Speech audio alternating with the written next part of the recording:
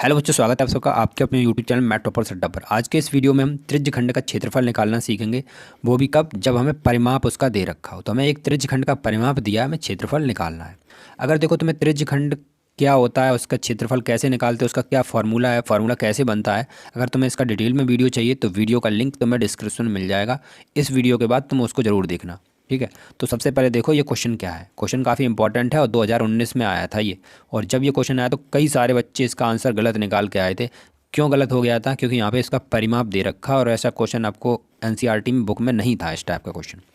तो देखो क्वेश्चन क्या है। क्वेश्चन है 5.2, ये पॉइंट है, 5.2 सेंटीमीटर त्रिज्या के वृत्त के किसी त्रिज्यखंड का परिमाप 16.4 सेंटीमीटर है। त्रिज्यखंड का क्षेत्रफल निकालो, ठीक है। तो देखो त्रिज्यखंड क्या होता है, देखो यहाँ पे ये बना है, ये त्रिज्यखंड है। वृत्त का एक छोटा सा टुकड़ा होता है त्रिज्यखंड, ठीक है। पूरा वृत्त होता है, उस वृत्त से हमने एक छोटा सा टुकड़ा निकाल लिया, वो त्रिज्यखंड हो गया। इसका कोण हमने थीटा मान लिया, ये ठीक है, ये थीटा हो गया। ये इसकी त्रिज्या होती है आर, ठीक है, इसे चाप बोलते हैं ए बी। तो यहाँ पे क्या देगा, त्रिज्या में 5.2 दे रखी है, तो ये त्रिज्या तुम्हारी आर दे रखी है। यहाँ पे लिख देना माना कोण थीटा है, माना कोण थीटा।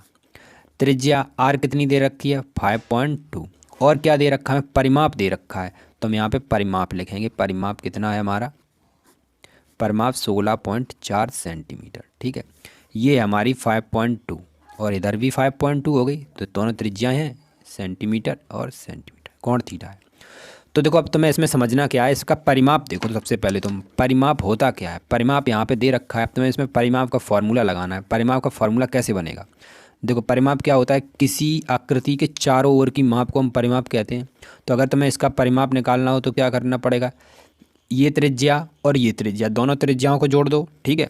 उसके बाद इस चाप की लंबाई को उसमें जोड़ दो। इन तीनों को अगर तुम जोड़ते हो तो इसका परिमाप आ जाएगा। दोनों त्रिज्याएं जोड़नी है प्लस इसकी चाप की लंबाई जोड़ देनी है, तो तुम्हारा परिमाप निकल आएगा। तो देखो परिमाप का कैसे फार्मूला बनेगा वो देखो।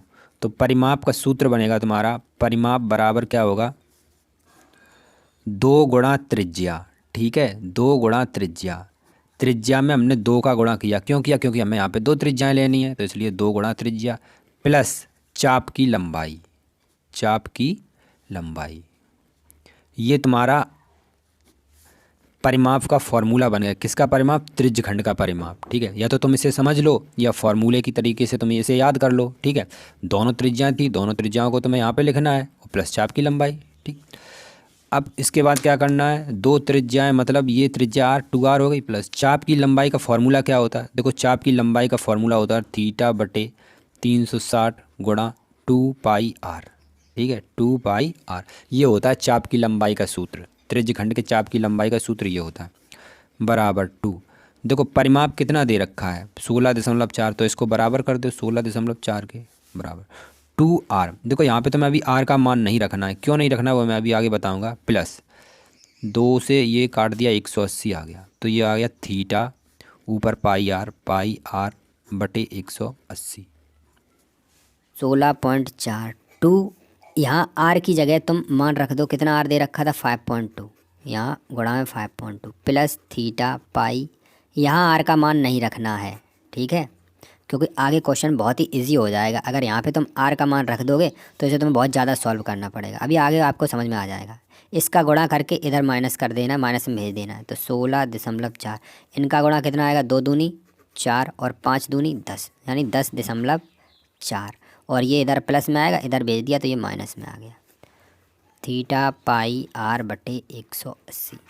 यहाँ से अगर हम इसे घटाएं यानी माइनस करें तो ये कितना आएगा, 16.4 में से 10.4 गया, ये आएगा 6, ठीक है।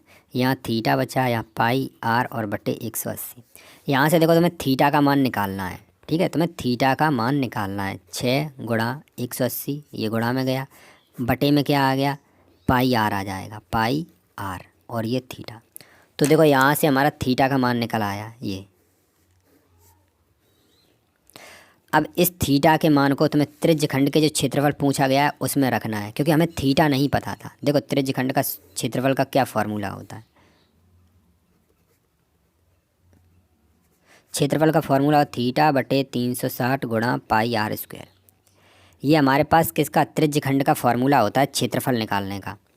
देखो हमें आर दे रखी थी, हम यहाँ पे आर रख देते और पाई का मान रख देते, सब मान निकाल लेते, लेकिन थीटा तो हमें दे नहीं रखा था, तो यहाँ से हमने थीटा निकाल लिया। अब इस थीटा के मान को हमें यहाँ पे रख देना है, रख दो। थीटा भाई कितना आया, थीटा आया 6 गुणा 180, ठीक है, और बटे में पाई आर, ठीक है, बटे में पाई आर। ये हमने थीटा का मान इतना रख दिया, यहाँ पे है 360 ये गुणा पाई आर स्क्वायर। अब देखो यहाँ से कुछ कट हो रहा, पाई से हमने ये पाई कैंसिल हो गया, एक आर से ये आर कैंसिल हो गया, तभी हमने यहाँ पे आर का मान नहीं रखा था, यहाँ पे आर ये कट हो गई, ठीक है। नहीं हम यहाँ पे आर का मान रखते, पाई का मान रखते, तो फिर हमें बहुत ज़्यादा सॉल्व करना पड़ता है। तो यहाँ से ये इतना होने के बाद यहाँ पे तुम्हारे पास अभी एक आर बची है, ठीक है, 2 आर थी यहाँ पे। देखो 180 दूनी 360 होते, यहाँ 2 बचा, और यहाँ 2 तिया 6, यहाँ 3 बचा, तो यहाँ 3 बचा, और ऊपर ये आर, 3 आर बचा तुम्हारे पास, ठीक है, 3। अब आर का मान कितना था भाई, आर कितनी थी हमारी, आर थी 5.2, तो यही 5.2 हम यहाँ पे रख देंगे 5.2। अब गुणा कर दीजिए, 3 दूनी 6 और 5 तिया 15, 15.6 सेंटीमीटर स्क्वायर। ये आ गया तुम्हारा किसका, त्रिज्यखंड, वो हाँ त्रिज्यखंड का क्षेत्रफल। तो काफ़ी अच्छा और इंटरेस्टिंग क्वेश्चन था, इसे ज़रूर तुम कंप्लीट कर लेना, बोर्ड एग्जाम के लिए मोस्ट इंपॉर्टेंट क्वेश्चन है ये।